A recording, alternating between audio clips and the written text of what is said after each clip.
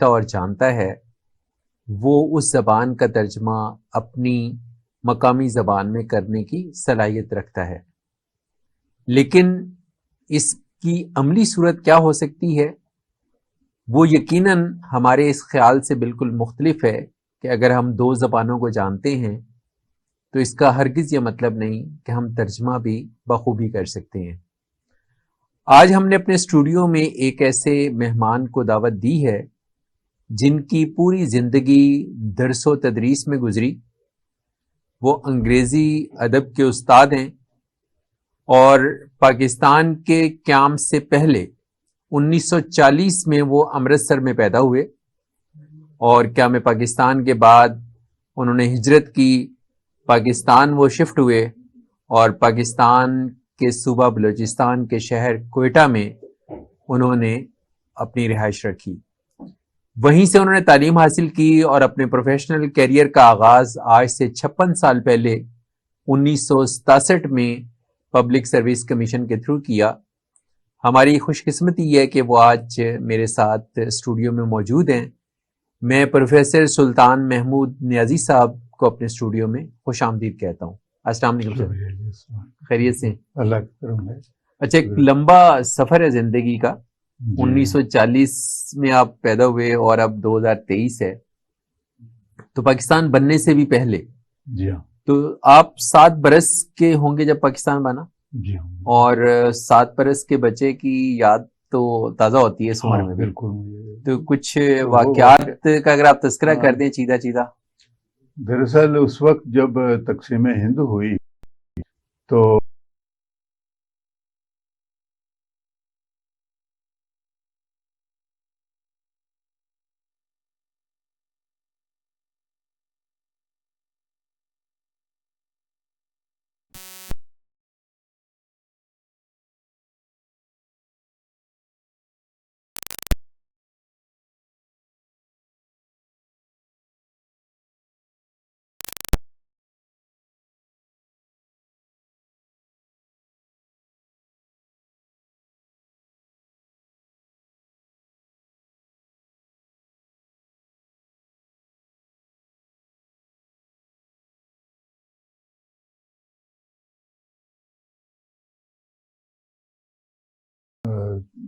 Practice کیا بھی اور گتکا وغیرہ اور وہ سارا، تو وہاں سے یہ بڑا خطرہ تھا کہ ہماری جانوں کو نقصان پہنچ سکتا ہے.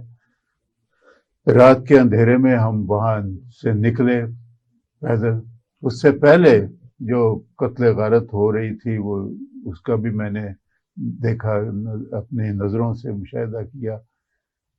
میرے سامنے بھی، میری آنکھوں کے سامنے بھی وہ ایسے واقعات ہوتے رہے.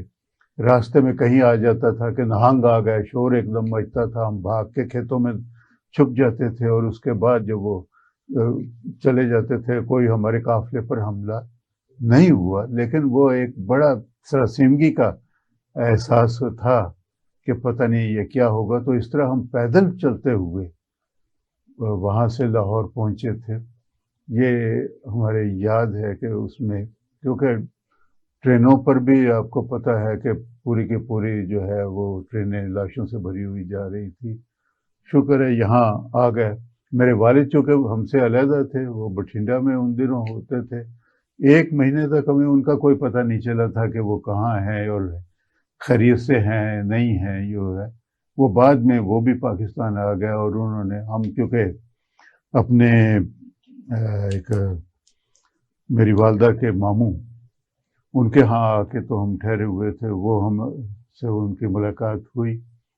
تو اس لیے مجھے بلکہ خود بھی حیرانگی ہوتی ہے کہ جتنا عرصہ یہاں سے گزرا ہے، بلکہ میں اکثر سوچتا ہوں کہ اتنی تبدیلیاں آئی ہیں زندگی میں کہ کہاں تو 1947 میں ہم 2 روپے کلو مٹن لیا کرتے تھے، 4 آنے کی وہ جو ہے 1.25 کلو کی وہ ایک گڑوی ہوتی تھی، وہ دودھ کی آ جاتی تھی. اور آج کے حالات تو میں ذہنی طور پر کیسے اس کو جو ہے تبدیلی کو ہم نے برداشت کیا ہے، ورنہ عام طور پر پاگل ہو جایا کرتے ہیں اس قسم کی سچویشن میں لوگ.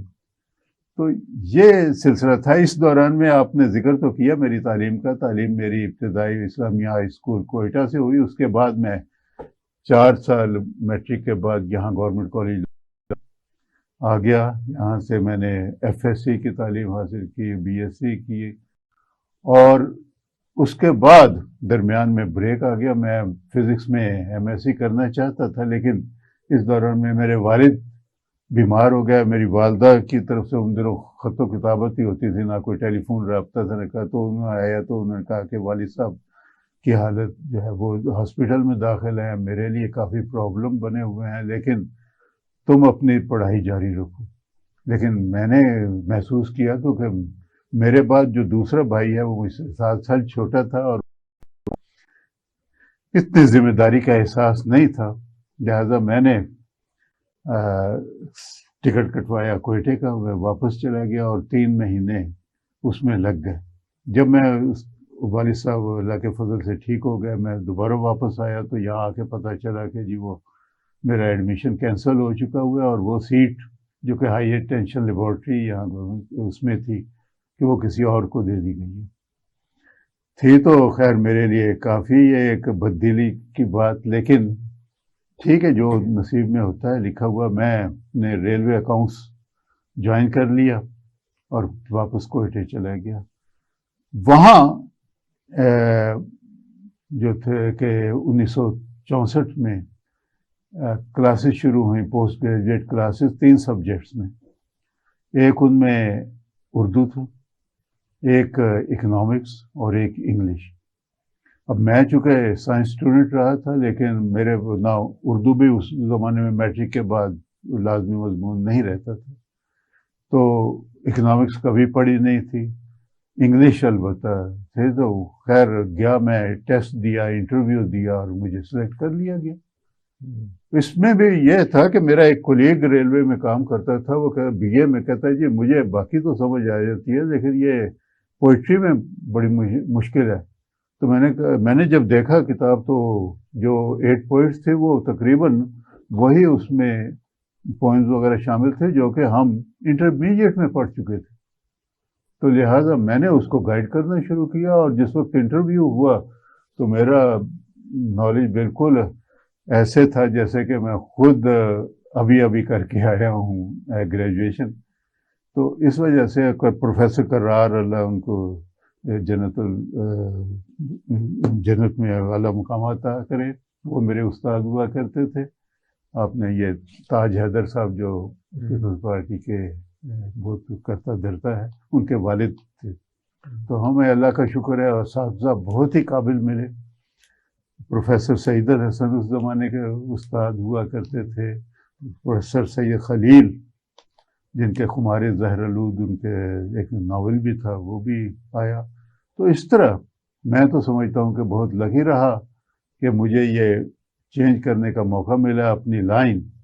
اور میں نے انگریزی میں ایم اے کیا. اس کے بعد 1975 میں کوئٹہ میں ہونے کی وجہ سے مجھے کامن ویلتھ اسکالرشپ مل گیا آسٹریلیا سڈنی یونیورسٹی میں, وہ teaching of English as a foreign language. تو اس حساب سے یہ سلسلہ سارا جاری رہا. پھر ہمارے کولیگ بھی خاص طور پر اس زمانے کے جو کہ 1 یونٹ کے دور کے تھے, وہ چونکہ سارے پاکستان سے کریم چنی ہوئی آتی تھی, اس لیے ان کے ساتھ بہت سیکھنے کا مجھے موقع ملا. یہ بھی ہوا کہ جب 1 یونٹ ٹوٹ گیا اور بلوچستان کا ایک علیحدہ صوبہ ہوا تو اکثر اساتذہ جو تھے وہ ان کو واپس ریپیٹریٹ کر دیا گیا, لیکن میں نے آپٹ کیا کہ بلوچستان میں ہی رہوں گا, کیونکہ اساتذہ کے اتنے بڑی تعداد میں انخلا کے بعد وہاں تھا کہ آگے بڑھنے کے موقع زیادہ مل سکتے. تو یہ ہوا ہمارے ساتھ. اچھا, آپ کا جو ٹیچنگ کیریئر ہے اس دوران بھی آپ نے کوئی پبلشنگ وغیرہ کی یا کوئی تراجم وغیرہ اس دور میں بھی کیا آپ نے؟ ہاں میں نے تراجم کیے. اس میں ایک تو پہلے تو یہ تھا کہ ہمارے ایک سینئر ٹیچر ہوا کرتے تھے, انہوں نے آ کے تو ایک کتاب کا وہ ترجمہ کر رہے تھے انگریزوں کی, وہ جو آپ سمجھتے ہیں گیزیٹیئر جو ہوتے ہیں اس کا. لیکن ان کا اپنا جو تھا وہ مضمون انگریزی نہیں تھا، ان سے ان کو ڈیفیکلٹی آتی تھی، عام طور پر وہ تھرو پراکسی وہ کام کروایا کرتے تھے. تو ایک انہوں نے مجھے بھی حصہ دے دیا کہ جی اس کا آپ ترجمہ کر کے دیں. تو اس میں مجھے یہ مشق ہو گئی. یہ مجھے کوئی گلہ نہیں کہ جی انہوں نے میری وجہ سے یا کوئی اپنا وہ ترجمہ اپنا چھپوایا یا کچھ لیکن کیا. آپ کو پریکٹس مجھے جو پریکٹس مل ملی گئی بعد میں یہ ہوا کہ میری بارکھان میں ایز اے پرنسپل پوسٹنگ ہو گئی. انٹرمیڈیٹ کالج تھا، چھوٹا سا کالج تھا، وہ قصبہ بھی چھوٹا سا تھا. بڑی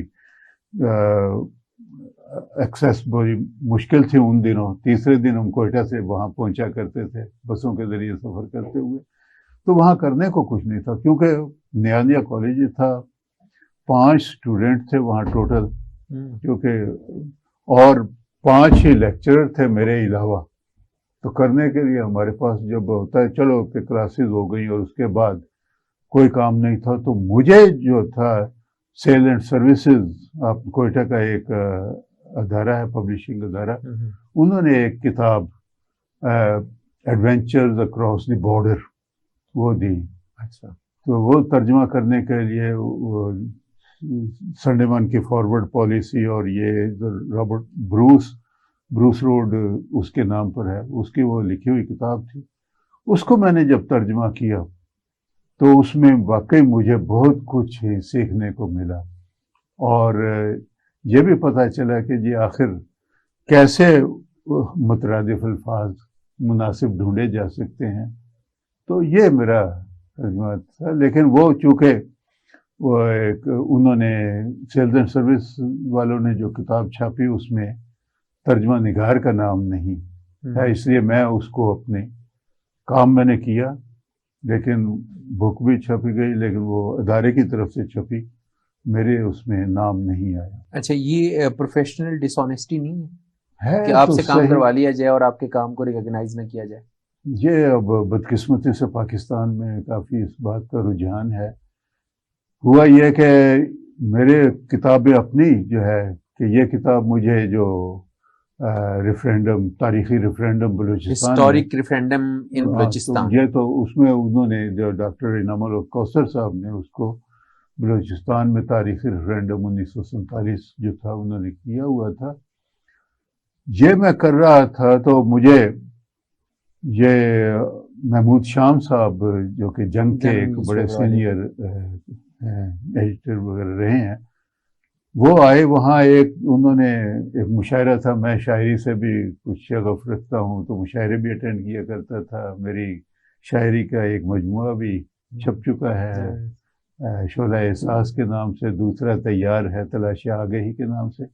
انہوں نے ایک نظم سنائی جس کو مجھے اوریجنل تو ان کی ورڈنگ یاد نہیں، لیکن مفہوم یہ تھا کہ میں اپنی مطبوعات کا لبادہ اوڑھ کے چلا آیا ہوں تاکہ میری شناخت ہو سکے. تو مجھے محسوس ہوا کہ کتابوں پر نام آنا جو ہے وہ تو ایک شناخت کا ذریعہ ہے، اور آج ہم ہیں، نہیں بھی ہوں گے، ہو سکتا ہے 100-150 سال کے بعد کہیں کسی لائبریری میں کسی کی نظر سے کتاب گزرے اور وہ اٹھا کے دیکھے تو اسے پتہ چلے کہ بھئی سلطان محمود نیازی بھی کوئی بندہ تھا اور اس نے یہ کام کیے ہوئے. صحیح بات. تو اس طرح. اچھا، ٹرانسلیشن جو ہے اردو سے انگلش یا انگلش سے اردو، اگر میں انگریزی زبان کو سمجھ سکتا ہوں، پڑھ سکتا ہوں اور اس کا مفہوم میں جانتا ہوں، تو کیا میرے لیے یہ ممکن ہے کہ میں اس میٹر کو اردو میں ٹرانسلیٹ کر سکوں؟ آپ مشق کے لیے تو آپ کر سکتے ہیں، لیکن باقاعدہ ٹرانسلیٹر کی حیثیت سے آپ اس میں کامیاب اس وقت تک نہیں ہوں گے جب تک کہ آپ کو دونوں لینگویجز پر مکمل عبور نہ ہو.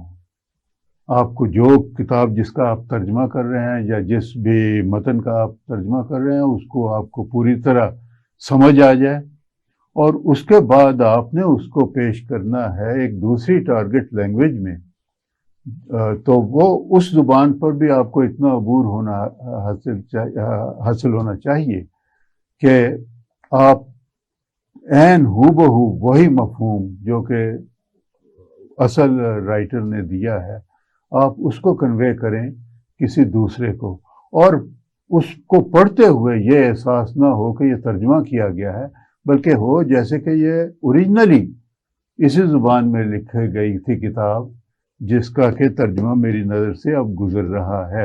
اچھا، بعض کتابیں پڑھتے ہوئے میرے جیسے ایک عام قاری کو بھی اندازہ ہو جاتا ہے ہاں ہاں کہ یہ کتاب ترجمہ کی گئی ہے۔ ہاں، یہ ایک میں کہتا ہوں کہ ترجمے بھی ایک خامی ہے۔ اس میں بہت ساری وجوہات یہ ہیں کہ یہ ایک تو ان دونوں لینگویجز، دونوں زبانوں کے درمیان جو ڈفرینسز ہیں اس کا آپ کو آگاہی ہونی چاہیے اس سے۔ مثلا انگریزی ہے، اس میں ہم دیکھتے ہیں کہ جی سب سے زیادہ جو استعمال ہونے والے ہیں وہ آرٹیکلز کا استعمال ہے، بار بار استعمال ہونے والے۔ دی کا لفظ سب سے زیادہ فریکوینسی کے ساتھ استعمال ہوتا ہے، دی جو ہے۔ اب یہ ہماری زبان میں ہے ہی نہیں، یہ ہماری تمام علاقائی زبانوں میں ان کا کوئی وجود نہیں ہے۔ یورپ کی بعض زبانوں میں ہے لیکن انگریزی میں، اردو میں اس کا کوئی ذکر نہیں ہے۔ تو ہم تعلیم حاصل کرنے کے باوجود بھی چونکہ پریکٹیکل اس کا استعمال ہماری اپنی زبانوں میں نہیں ہو رہا تو اس میں غلطیاں کر جاتی ہیں۔ اسی طرح نیریشن دوسری چیز ہے جس میں کوئی ڈائریکٹ انڈائریکٹ کہتے ہیں، وہ ہماری زبان میں اس کو کوئی خاص علیحدہ ڈفرینشیٹ نہیں کیا جاتا۔ ہم کہتے ہیں اس نے مجھے کہا کہ میں جا رہا ہوں، تو وہی ہے کہ اب پتہ نہیں چلتا کہ وہ جا رہا ہے یا میں جا رہا ہوں۔ اس قسم کی جو چیزیں ہیں، تو یہ میں نے دیکھا ہے کہ عام طور پر بڑے اچھے تعلیم یافتہ لوگ بھی ہو سکتا ہے کہ بڑے محتاط ہوں اپنے لکھتے ہوئے، لیکن زبانی جب وہ بات کر رہے ہوتے ہیں تو وہ پرواہ نہیں کرتے کہ میں ڈائریکٹ استعمال کر رہا ہوں یا انڈائریکٹ استعمال کر رہا ہوں۔ وہ انڈائریکٹ کے کا استعمال کرنے کے بعد وہ وہی متن جو ہے وہ دہرا دیتے ہیں جو کہ اپنی ان کی زبان میں ہوتا ہے۔ تو یہ جو اس قسم کے ہے نا جو کہ بنیادی، اس کے بعد جو خاص ضرورت ہوتی ہے وہ اس میں گرامر اور سنٹیکس سے آگاہی، وہ بڑی ضروری ہے کہ فقرے کی ساخت کیسے ہوگی، اس کو گرامیٹیکلی کیسے آپ نے درست رکھنا ہے۔ پھر جو تیسری چیز آ جاتی ہے وہ چوائس آف ورڈ ہے۔ انگریزی میں آپ نے دیکھا ہوگا کہ ایک ہی لفظ جو کہ اس کے میننگ قریب قریب ہوتے ہیں، اس میں بعض اوقات 4 5 5 بلکہ 8 8 بھی آپ کو اس کے وہ جو ہیں ہومونیمز ان کو کہتے ہیں کہ وہ الفاظ جن کا معنی ایک ہی ہیں تو وہ ہمیں مل جاتے ہیں۔ تو اچھا، ہومونیمز کی تو ہر جو ورڈ ہے اس کی سچویشن ڈیفرنٹ ہے۔ ہاں، وہ اس کا ترجمہ ایک جیسا لگ رہا ہے اردو میں، وہ ہوتا ہے لیکن سچویشن ٹو سچویشن وہ ویری وہ ہے۔ اب آپ نے اس میں سے یہ چننا ہے کیونکہ انگریزی میں کوئی دو ایسے الفاظ نہیں ہیں جن کا کہ ہو بہو ایک جیسا مطلب ہو۔ شیڈ آف ڈفرنس جو ہے ان دونوں میں وہ کوئی آ جاتا ہے، ایک لفظ کو استعمال کریں دوسرے میں۔ ایک میں بڑا دلچسپ واقعہ سناؤں، میں کوئٹہ میں ایک کپڑے کی دکان پر کپڑا ہم سلیکٹ کر رہے تھے، میرے ساتھ میری اہلیہ بھی تھی، تو وہاں ایک اور صاحب آ گئے، بات چیت سے وہ لگتے تھے کہ جیسے آرم فورسز سے ان کا تعلق ہو۔ وہ آئے، انہوں نے کپڑا دیکھا اور اس کے بعد کہنے لگے بیگم دیکھو یہ کتنا لینیٹ ہے۔ اب لینیٹ پر میرے کان کھڑے ہوئے، میں نے کہا لینیٹ تو ایک رویہ ہوتا ہے کہ اسٹرکٹ اور لینیٹ ہے، اور کپڑا اب وہ ملائم کو یا نرم کو وہ لینیٹ ظاہر کرتے ہوئے اس قسم کی غلطیاں ہو جاتی ہیں۔ اگر آپ پراپر جو ہے نا ہومونیم کو نہیں چنیں گے، مختلف میننگ رکھنے والے، اس کے لیے آپ کا دوسری زبان پہ گرپ ہونا لازم ہے، اس سے پراپر آگاہی ہو، اس کے لیے آپ کا مطالعہ بھی کافی وسیع ہونا چاہیے، اس کے کلچر کو بھی جانتے ہیں، صرف زبان پہ عبور نہ ہو، آپ اس کے کلچر سے بھی آگاہ ہوں۔ کیونکہ اگر یہ نہیں ہوگا تو پھر آپ کوئی نہ کوئی ایسی غلطی کر جائیں گے جس سے کہ لطیفہ بن جائے۔ جیسا کہ میں نے ابھی کہ پیرس کے ایک ہوٹل میں وہ لکھا ہوا ہے کہ جی you can leave your values here at the counter. اب وہ ویلیو سے وہ ویلیویبلس کا مطلب لے رہا تھا۔ ہم جب ہے جو عام طور پر ویلیو کا مطلب اخلاقی اقدار ہے، اگر اخلاقی اقدار کو چھوڑ کے جانا ہے تو وہ کچھ مطلب ہی کچھ اور ہی ہو جاتا ہے۔ اسی طرح کہ ایک جگہ یہ ہے کہ ladies can have a fit up stairs. اب وہ کپڑا انہیں یا لینا ہے اور جا کے وہ فٹنگ دیکھ رہی ہیں. لیکن ایڈیومیٹیکلی جب ہم کہتے ہیں ٹو ہیو اے فٹ ہے دورہ پڑنا, اب ladies can have a fit up stair, اوپر ان کو دورہ پڑ سکتا ہے, اگر جائیں تو دورہ پڑنا ہو تو اوپر چلی جائیں. تو یہ اس قسم کے بڑے مز کا خیز پوری آگاہی لازم ہے, وہ آ جاتی ہے. ہم ایک بریک لے لیں پھر آگے چلتے ہیں. ناظرین یہاں وقت ہوا ایک بریک کا. پروفیسر سلطان محمود نیازی صاحب ہمارے ساتھ ہیں. بریک کے بعد ہم گفتگو کے سلسلے کو آگے بڑھائیں گے, ہمارے ساتھ رہیے.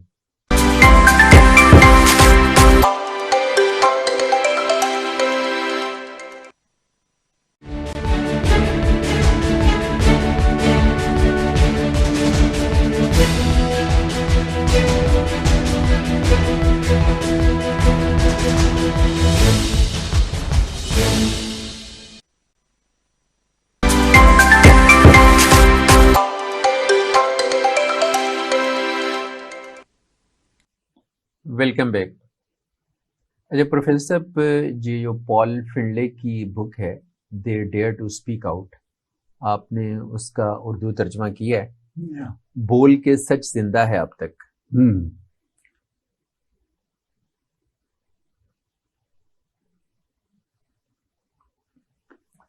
اچھا بول کے سچ زندہ ہے اب تک, یعنی دے ڈیئر ٹو اسپیک آؤٹ, یہ پال فنلے کی جو بک ہے یہ کس انوائرمنٹ میں لکھی, کیا وہ ماحول تھا, کیا اس کی ضرورت تھی؟ دراصل یہ تھا کہ میں ریٹائرمنٹ کے بعد Balochistan university of information technology and management sciences, BUITEMS کے نام سے ہے, تو میں وہاں ایز اے ڈائریکٹر کمیونیکیشنز کام کر رہا تھا. ہمارے وائس چانسلر صاحب احمد فاروق بازئی, وہ گورنر صاحب سے ملاقات کرنے گئے ہوئے تھے وہاں. اس وقت اویس احمد غنی صاحب گورنر تھے. اتفاق سے وہاں کور کمانڈر بھی اس دور کے جو تھے وہ بیٹھے ہوئے تھے.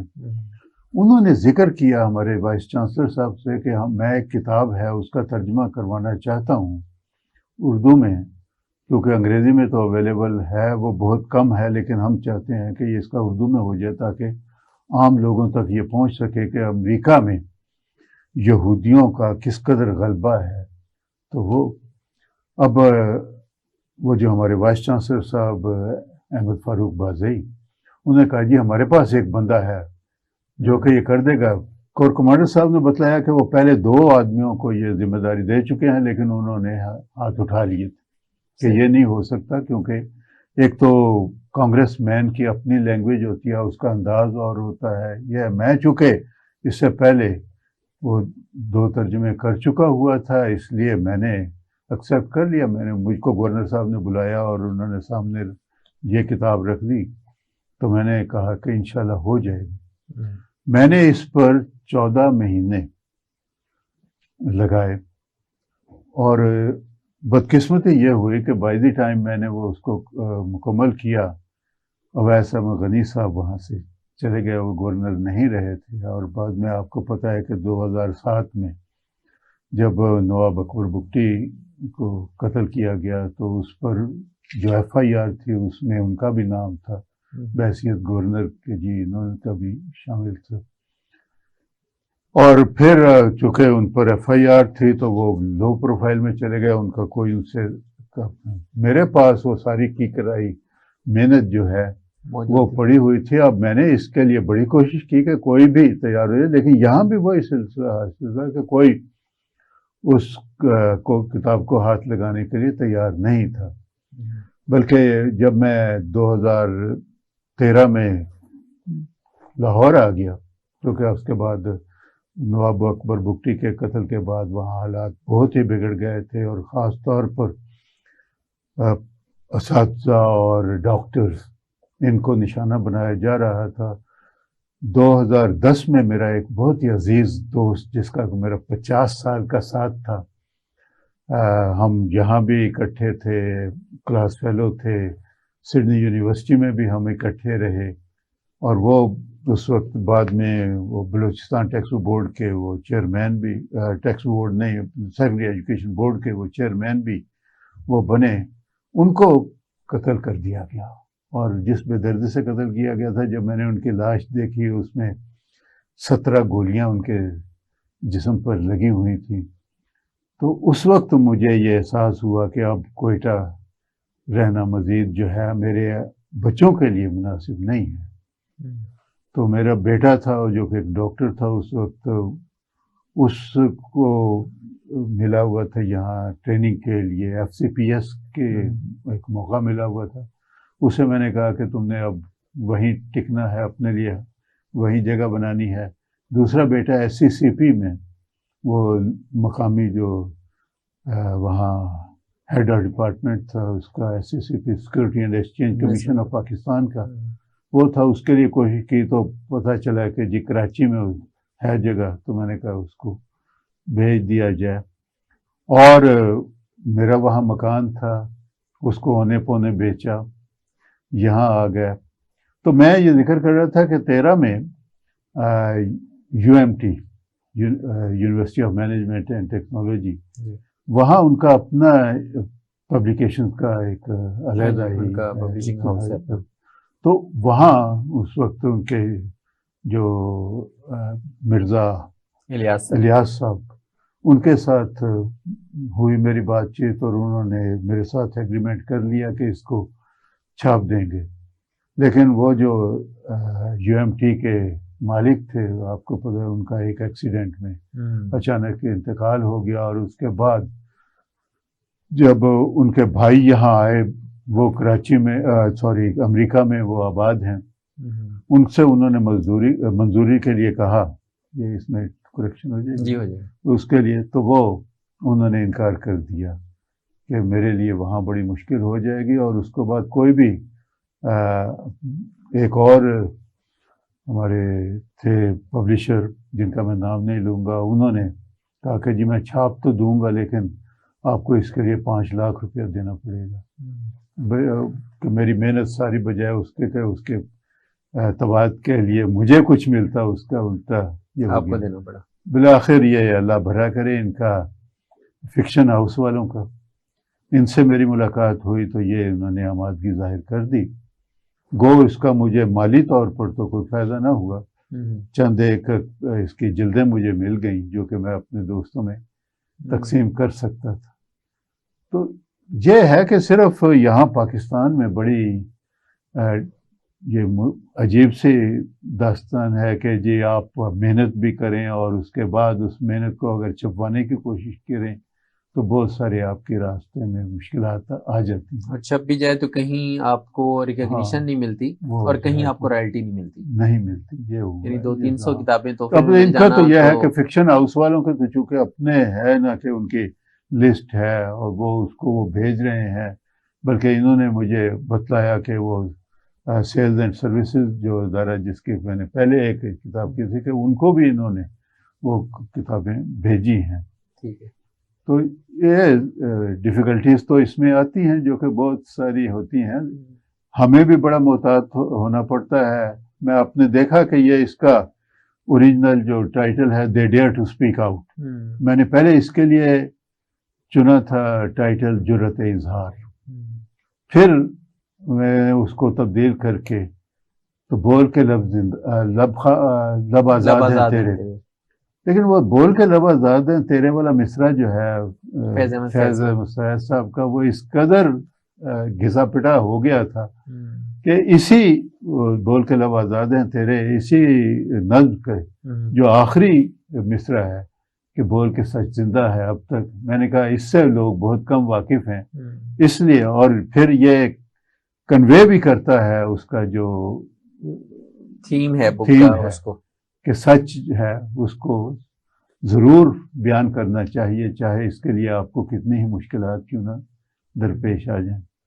اچھا، ترجمے کا جو اسلوب ہے اس میں بنیادی جو اس کا کتاب کا مافی الضمیر ہے، نقطہ نظر ہے رائٹر کا، اس کو تو آپ تبدیل نہیں کر سکتے، بالکل آپ نے اس کو تو بیان کرنا ہے، لیکن اس کی زبان ایسی رکھنی ہے کہ وہ جس زبان میں ترجمہ کیا گیا ہے ایسے لگے کہ جیسے یہ اسی میں لکھی گئی۔ بالکل، جیسے میں نے ذکر کیا نا کہ آپ کو ایک جیسے آپ ہموار سڑک پر جا رہے ہیں، کسی بمپی روڈ پر نہیں جا رہے، پڑھتے ہوئے یہ احساس فوراً ہو جاتا ہے کہ یہ کسی اور زبان میں لکھی گئی تھی کتاب اور اس کا یہ ترجمہ ہے. لیکن آپ اس کو دیکھیں، اور اس میں سے میں کچھ موقع ملا تو ایک باس بھی تھوڑا سا پیش کروں گا. تو یہ پڑھتے ہوئے بالکل احساس نہیں ہوتا کہ یہ کسی دوسری کتاب سے ترجمہ کیا گیا ہے. ماسوائے نام جو آ جاتے ہیں مختلف افراد کے جن کا ذکر کیا گیا ہے، ورنہ ایسا ہی ہے جیسا کہ اس میں اتنی روانگی ہے کہ کتاب جیسے اثر نو ایک فریش بک لکھی گئی. اچھا، جو لینگویج ہے اس کی ٹیچنگ میں جیسے ہم 7 C's کو کنسیڈر کرتے ہیں کمیونیکیشن میں، جی ہاں، کمیونیکیشن میں. اچھا، اسی طرح یہ کمیونیکیشن کے جو 7 C's ہیں یہ بالکل پوری کی پوری طرح اپلائی ہوتے ہیں ٹرانسلیشن میں بھی. ہاں جی، کیونکہ اس میں جو 7 C's ہیں اس میں سب سے پہلے جو بات ہے وہ کلیئرٹی ہے، تاکہ آپ جو کچھ آپ ترجمہ کرنا چاہتے ہیں وہ عین اسی انداز میں وہ دوسرے تک پہنچ جائے ایک اور زبان میں، اور وہ اس کو سمجھ جائے. وہ جو ہے کریکٹنیس اس میں ہونی چاہیے. دوسرا جو ہے کہ یہ نہیں ہے کہ آپ نے اس میں کچھ ایسا ابہام آ گیا ہو، کیونکہ جس وقت اوریجنل رائٹر لکھتا ہے وہ اپنی طرف سے، بلکہ ابہام ایک خوبی بھی ہے اوریجنل رائٹنگ کی. اور وہ جب ابہام جو کلیئر ہو جاتا ہے تو اور سمجھ میں بات آ جاتی ہے تو آپ اس پر اشش کر اٹھتے ہیں کہ واہ کیا بڑی بات ہے. تو یہ بھی ہونا چاہیے کہ وہ کریکٹ انفارمیشن جائے، یہ نہ ہو کہ غلط انفارمیشن چلی جائے کسی وجہ سے. پھر یہ ہے کہ کنسائزنس اس میں عام طور پر یہ ہے کہ جب آپ ترجمہ کرنے بیٹھتے ہیں تو آپ دیکھتے ہیں کہ یہ آپ کا ایک ہی صفحہ بھی نہیں ہوا، لیکن اردو میں اس کو ترجمہ کرتے ہوئے آپ کے 2 صفحے ہو گئے ہیں. تو اس میں جو آپ نے جو اضافی چیزیں ہیں ان کو نظر انداز کر کے اصل جو پیغام ہے اسی پر ہی کنسنٹریٹ کرنا ہوتا ہے اور وہ پہنچ جانا چاہیے، یعنی اس کی اصل روح جو ہے وہ تبدیل نہ ہو. تو یہ 7 C's جو ہیں یہ ساری کی ساری بڑی مکمل طور پر اس پر اپلائی ہوتی ہیں. جب آپ ترجمہ بھی یہ کر جاتے ہیں تو کرنا چاہتے ہیں، یہ بہت ضروری ہے. اچھا، ترجمے کا جو معاوضہ ہے وہ ہمارے اس ملک میں پے ہوتا ہے اس طرح سے جتنی محنت آپ نے کتاب میں 14 مہینے مجھے تو ابھی تک یہ میں نے 2 کتابیں چھاپی ہیں، بلکہ ایک تو میں نے اپنی طرف سے اس کو پبلش کروایا تھا جو کہ ہسٹورک 1947 ریفرینڈم ان بلوچستان. اس کا تو کچھ نہیں ملا، لیکن یہ ہوا کہ ہمارے یونیورسٹی نے اس کی بہت ساری کتابیں جو بیوٹنس کا جس کا میں نے ذکر کیا وی سی صاحب نے اس کا ترجمہ کروانے کے بعد مختلف جگہ پر وہ بھیجی تھی، تو وہ اس کا مجھے کچھ تھوڑا سا مل گیا پیسے. لیکن اس کا جو ہے دوسری کتاب، حالانکہ یہ ایک ضخیم کتاب ہے جو تقریباً میرے خیال ہے کہ 500 پیجز سے اوپر ہے، اور آپ نے بتایا اس پہ آپ نے 14 مہینے محنت 14 مہینے، اور اس کے بعد جو اس پبلشنگ کے لیے جو ٹائم علیحدہ ہے وہ بھی وہ بہت تقریباً اس میں کئی سال لگ گئے، 10 سال سے زیادہ کا عرصہ اس میں لگ گیا یہ کرتے ہوئے. تو بدقسمتی یہ ہے کہ ہمارے ہاں ترجمہ نگار کو کوئی ہو سکتا ہے کہ بعض ادارے ایسے ہوں جو کہ پیمنٹ کرتے ہوں، لیکن ویسے تو اب چونکہ کمیونیکیشن بہت فاسٹ ہے تو اگر آپ انٹرنیشنل جو پبلشنگ ہاؤسز ہیں ان سے ڈائریکٹ کمیونیکیشن میں آئیں تو اس بات کا امکان ہے. جیسے میرے کچھ دوست ہیں جو اس طرح کے کام کرتے ہیں، ہمارے بعض سرکاری ادارے ہیں انہوں نے بتایا کہ 10 پاؤنڈ پر پیج تک بھی مارکیٹ میں ریٹ ملتا ہے، $10 پر پیج تک بھی ملتا ہے. تو مطلب جب آپ اتنی محنت کرتے ہیں، دراصل یہ بات ہے نا کہ ویسا کہ انٹرویو کے شروع میں ہے تو اس کا ذکر ہوا کہ میرا 20ویں صدی سے تعلق ہے، یہ تو زبردستی میں 21ویں میں گھس آیا ہوں اللہ کی رحمت سے. ہاں، تو اس میں یہ ہے کہ میرا ٹیکنالوجی کلی وہ جو ہے نا وہ بہت کم مجھے مہارت حاصل ہے. ٹیکنالوجی سے یاد آیا یہ جو آرٹیفیشل انٹیلیجنس کا بڑا آج کل چرچا ہے اور چیٹ جی پی ٹی، کیونکہ یہ اس میں بڑی حیران کن حد تک اس میں وہ میں جو یہ ہے جاننا کہ چاہوں گا. آپ ایک زبان میں کوئی بھی متن ڈال دیں اور آپ کو اس کا ترجمہ مل جاتا ہے. اچھا لیکن یہ بتائیے کیا آرٹیفیشل انٹیلیجنس یہ کر پائے گی کہ وہ ٹرانسلیشن نیکسٹ جو لینگویج ہے اس میں نیچرل وے میں اس کو کر سکے؟ پتہ نہیں، یہ بہت ساری چیزیں ناممکن تو کچھ بھی نہیں ہے، کیونکہ اگر ہم موازنہ کرتے ہیں کہ آج سے 60 سال پہلے جب لیکن ابھی جو گوگل ٹرانسلیشنز کرتا ہے اس میں تو لطیفے ہو جاتے ہیں. ابھی تو اس میں بہت اس میں تو بہت سے لطیفے بھی آ جاتے ہیں. جس طرح کہ میں نے نوٹ کیا ہے کہ آپ کا اپنا معافی ضمیر کیا ہے، کیا کہنا چاہتے ہیں. آپ بہت ساری باتیں ایسی کرتے ہیں، جس طرح کہ میں نے اپنا ڈرائیور کے ساتھ میں جا رہا تھا، ڈرائیور نے گاڑی ایک سڑک پر بنے ہوئے گڑھے میں اس نے ماری، تو میں نے اس کو کہا کہ بڑا صحیح نشانہ لیا یار تم نے. صحیح. اب میں تو اپنی طرف سے اس پر طنز کر رہا تھا، کیا. لیکن اگر اسی بات کو آپ آرٹیفیشل انٹیلیجنس کے ذریعے، تو وہ تو کہیں گے جی کہ میں نے اپنے ڈرائیور کی تعریف کی کہ یہ بڑا ماہر ڈرائیور ہے اور اس نے صحیح بلکہ ماہر نشانہ باز ہے کہ اس نے بہت صحیح نشانہ لیتے ہوئے یہ کیا. ایسی باتوں کے لیے ابھی گنجائش ہے، لیکن ناممکن کچھ نہیں ہے. جس تیزی سے یہ ٹیکنالوجی ترقی کر رہی ہے اور کسی کو ورغلانا یا کسی کو کنونس کر لینا، جب ہم اس طرح کا کوئی لفظ بولیں گے ہاں تو ٹرانسلیشن کرتے ہوئے اس کا کوئی ہو جائے بالکل گا. یہ ہے کہ اس میں ٹرانسلیشن کرتے ہوئے بہت، جب کہ ورگلانا ہے تو اس کے لیے آپ کو انٹائس کرنا، یہ لفظ استعمال کرنا پڑے گا. لیکن ایک عام کسی کو قائل کرنا ہے کسی کام پر تو آپ پرومپٹ کرتے ہیں اسے یا اس کو کنونس کرتے ہیں. یہ کرتے ہوئے تو یہ بہت آپ کے پاس، میں نے کہا نا کہ جب آپ کا مطالعہ زیادہ ہو. میں نے 10ویں جماعت میں، جو کہ 56 میں نے آ کے تو میٹرک کیا تھا، 9ویں جماعت میں نے انگریزی اخبار پڑھنا شروع کر دیا تھا. اور اس وقت سے لے کر اب تک باقاعدہ، پہلے پاکستان ٹائمز ہوا کرتا تھا، وہ کوئٹہ میں تیسرے دن پہنچا کرتا تھا، پھر لاہور آ گیا تو یہاں تو باقاعدہ ملتا رہا، پھر واپس چلے گئے.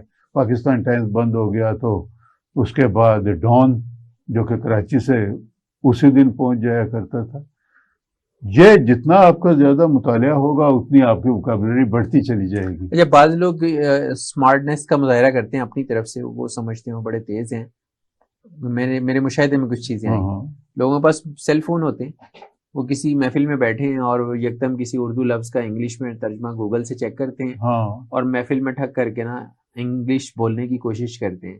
اور سم ٹائم یہ ہوتا ہے کہ اس میں ان کو پتہ ہی نہیں ہوتا کہ یہ لفظ کا جو ہم نے ترجمہ ڈھونڈا ہے انگلش میں، تو اس کو تو بولنا ہے کسی اور موقع پہ. بالکل تو سچویشن کو وہی بات ہے کہ اس کے لیے بہت آپ کو احتیاط کے ساتھ سلیکٹ کرنا پڑتا ہے لفظ کسی، تاکہ وہ جو میں نے کریکٹنیس کا ذکر کیا تھا نا کہ اس میں ترجمے میں کریکٹنیس آ جانی چاہیے، وہ اسی صورت ممکن ہے جب آپ اس کا ایکویولنٹ یا مترادف ایک زبان کا سے دوسری زبان کا لفظ اگر صحیح نہیں چنیں گے تو پھر مشکل پیش آئے. اور ترجمہ کرنے والے کو اس زبان کی تہذیب، ثقافت، کلچر، تمدن پہ پوری آگاہی بھی ہونی چاہیے. آگاہی ہونی چاہیے، ورنہ تو یہ مشکل ہو جاتے ہیں نا کہ جیسا کہ ہے کہ جی اگر the manager himself has passed all the water served at this hotel.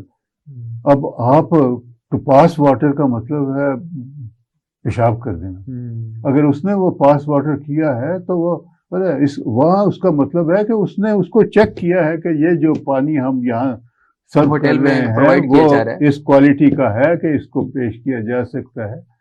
تو اس قسم کی غلط فہمیاں بڑے آسانی سے وہ آ جاتی ہیں اگر آپ نے صرف اسی پر ڈیپینڈ کیا ہے کہ فوری طور پر کون سا لفظ آپ کے سامنے آیا اور آپ نے اس کا ترجمہ کر دیا. یہ تو نثر کا معاملہ ہے نا، پوئٹری میں اور بھی مشکل ہو جائے گا. وہ پوئٹری میں تو خیر جب آپ چینج کر دیتے ہیں تو یہ تقریباً ناممکن ہے کہ آپ ایک پوئٹک پیس کو دوسرے میں ہو بہو اپنے پورے اثر کے ساتھ وہی جو کہ آپ کو ایک زبان میں اثر ملتا ہے وہ دوسرے میں بھی ہو، وہ ناممکن ہے کیونکہ کلچر کا اپنا اپنا ذکر ہے. میں اس میں یہ کہتا ہوں کہ ہمارے پاس 2 لفظ ہیں، ایک ہے رت جگہ، رات بھر جاگتے رہنا، دوسرا ہے جگراتا.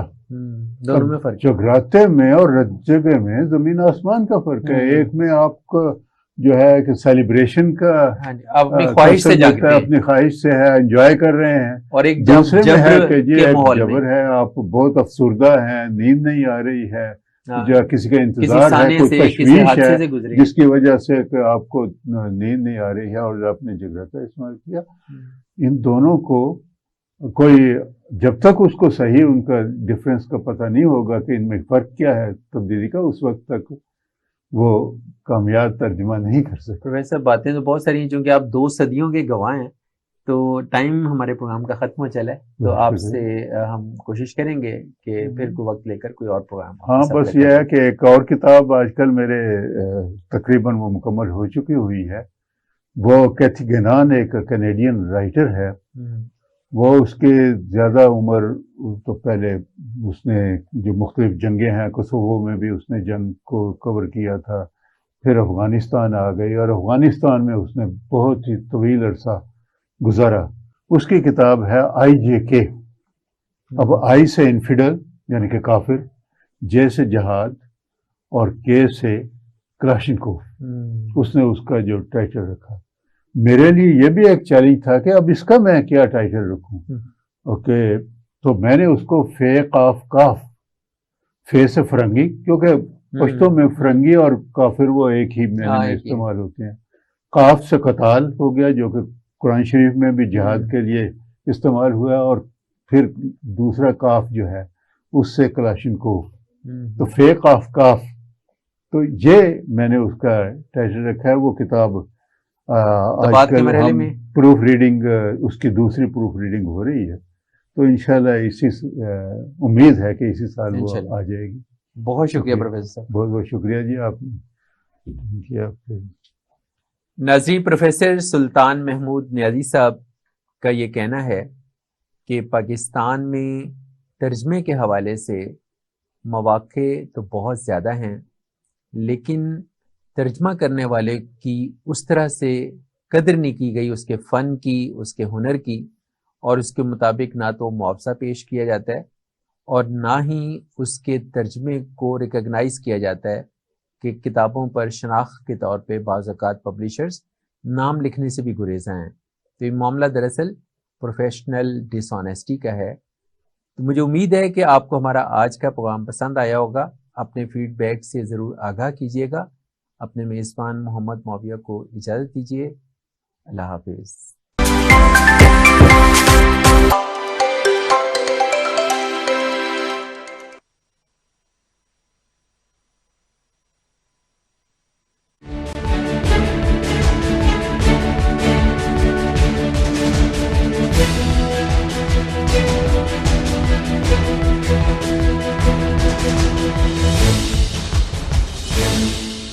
ہمارے ساتھ ممتاز راشد لاہوری صاحب موجود ہیں. ممتاز راشد لاہوری صاحب اردو ادب، پنجابی ادب کا ایک نامور نام ہے، اور انہوں نے پنجابی بولیاں لکھی ہیں، پنجابی مائے لکھے ہیں، اردو کی بہت سی کتابیں ہیں، اور یہ ان کا بھی، اور ان کا اور اسلم صاحب